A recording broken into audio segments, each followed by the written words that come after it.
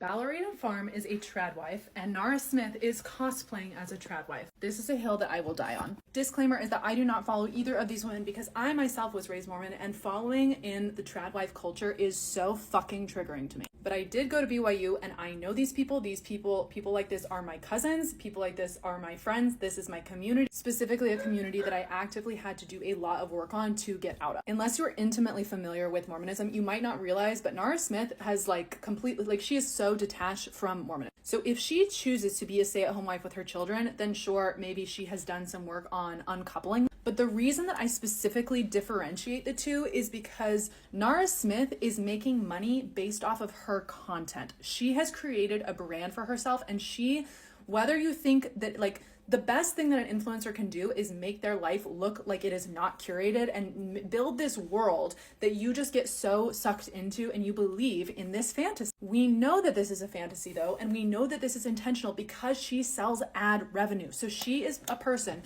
who knows and understands influencer marketing and said, how can I build a life around this? Also, if you know enough about Mormonism, you can look through, they are not the way that they dress, the way that they talk, her husband, the history in here, they are not. She has taken herself out of that culture. Ballerina Farm is still fucking in it. And you might say, this is a life that she's choosing. That is not true. Consent happens when you have a full understanding of the choices that are being made available to you. Let's talk about how Mormonism is a cult. Steve Hassan developed the BITE model, and it's basically mind control. So any organization that falls into all four of these categories is considered a mind control religion, and Mormonism falls into all of them. So behavior control, they control what you wear, how you dress, how you eat. Thought control is that they tell you that any thought that runs through your mind, even if you don't act on it, can make you a bad and immoral person, even if it's a very normal thought to have. Information control. So anything that comes from outside of the church doctrine or the church scriptures is considered evil and immoral. So you're not allowed to learn about Mormonism anywhere except for inside of the documents they made for you. Emotional control. So you are taught in Mormonism that after you have made these covenants, then if you decide to leave Mormonism, then you are not going to be worthy of making it into the highest degree of heaven with where all of your friends and family will be. So you're literally are told and guilted and shamed into staying because they say that they will shun you and leave you, and God will abandon you if you decide to leave. And they teach you that this is the only way to happiness and the only way to heaven. So you can say that she has a choice and can leave, but when you have to consider, y'all, also, okay, here's another thing, is that she is a dancer, okay? I studied musical theater in college. When I got to college and it was my third semester, I had this realization that everything that I was learning about Mormonism was there to control me, and I literally had a full-on panic attack, meltdown, identity crisis, and it was all of a sudden the walls started closing in.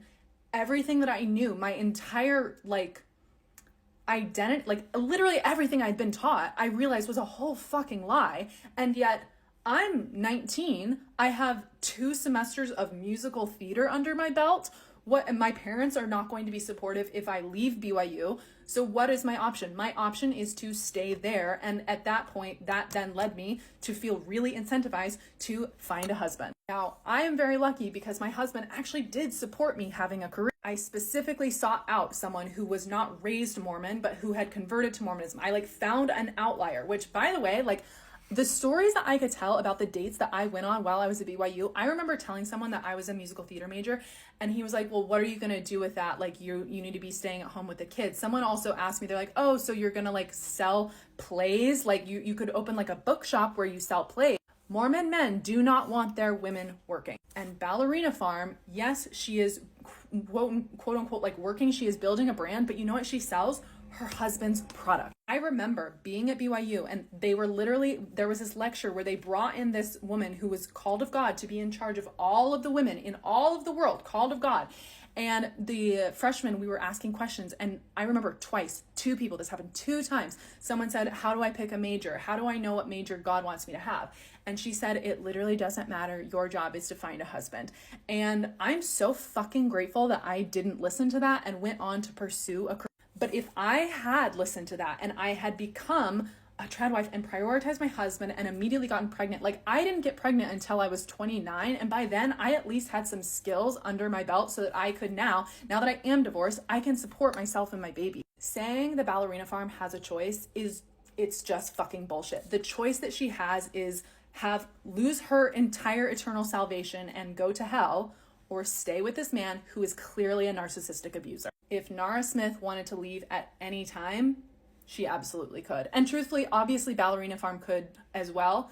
But the work of deconstructing all of that shit, all of that brainwashing in your brain, honestly, is not something I really wish on people. When your entire identity and community are all of a sudden upended and taken away from you, meanwhile, you're trying to figure out just how to survive and pay your bills and take care of your child/children, it's not fucking easy.